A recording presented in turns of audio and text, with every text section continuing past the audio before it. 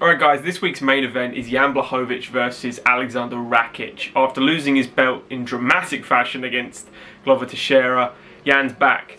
Can he beat the up-and-comer right now? But before we get into it guys, this video is sponsored by Full Reptile Collective, brought to you by Dan Hardy. Head over to their website at fullreptile.co.uk where you can find anything from training gear, t-shirts, hoodies, all the way to coffee. For an exclusive 10% off, use Dan Said So at checkout. Make sure to also check out their YouTube channel for some of the best MMA content out there, bar my own.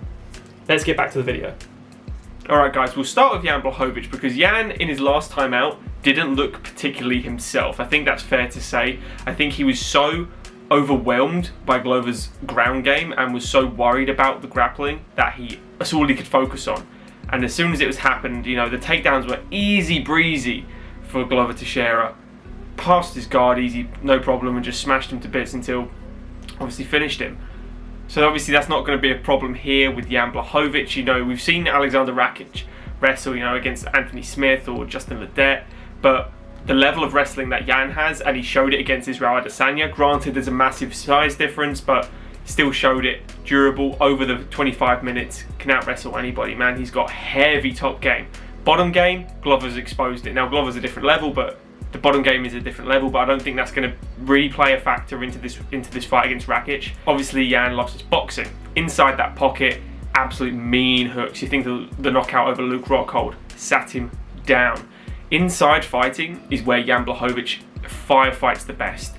You know, the one advantage that he has in this fight, other than the wrestling, is the inside fighting. And we can talk about Rakic later because Rakic doesn't like to fight in the inside, in my opinion. I think he likes to keep it long rangey. He's much more of a kicker than Jan Blachowicz. Jan Blachowicz is much more of a boxer, and at the fine age he is now, you know, late 30s, if he wins here, he could get a rematch for the title. He definitely can. There's a lot of up-and-comers at light heavyweight at the moment, but I think Jan just didn't look himself in the last fight. I think he's got more than enough potential here to have a real go with Aleksandar Rakic. He's currently the underdog, which is a little crazy to me thinking of it, but Aleksandar Rakic is an absolute monster.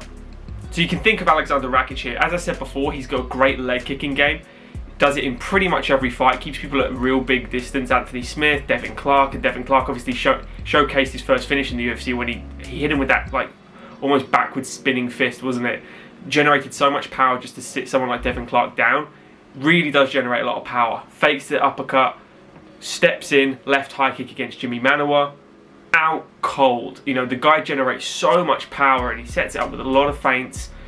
You know, he will use those low kicks to immobilize the movement, get that chin exposed to the opponent, come over the top with the overhand right, and do some real damage. You know, Aleksandar Rakic is the favourite for a reason. He's got a lot of hype behind him. He's only lost once in the UFC, and that was against Volkan Ozdemir in a fight I actually thought he won.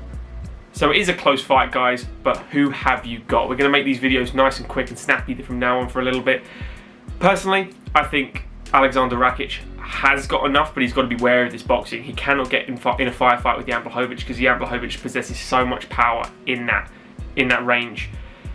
Doesn't take a lot of damage in the pocket as well, Jan Blachowicz. So, you know, as long as he minds the range, I think Aleksandar Rakic can control the distance a little better. I think he's got to watch out for the offensive wrestling as well, because if Jan does get him down, I think he can hold him down. I think the size advantage for Rakic will allow him to stand back up, but how often will he be able to do it?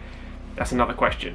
I am personally picking Rakic. I think he's a very close fight. I also think this is going to go the distance. I think this is going to go a hard 25 minutes, and it's going to be a real war between the guys because they both offer very similar skill sets, but also, you know, one's a boxer, one's more of a kicker. So, not saying that Aleksandar Rakic can't knock him out with his hands, because he definitely can, but he sets it mostly up with the kicks.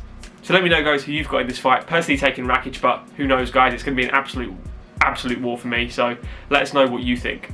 Leave a comment down below, like the video if you have enjoyed it, guys. Subscribe to the channel if you are new. Thank you to all the new subs lately. Enjoy the fights, guys. We'll see you in the next one. Cheers.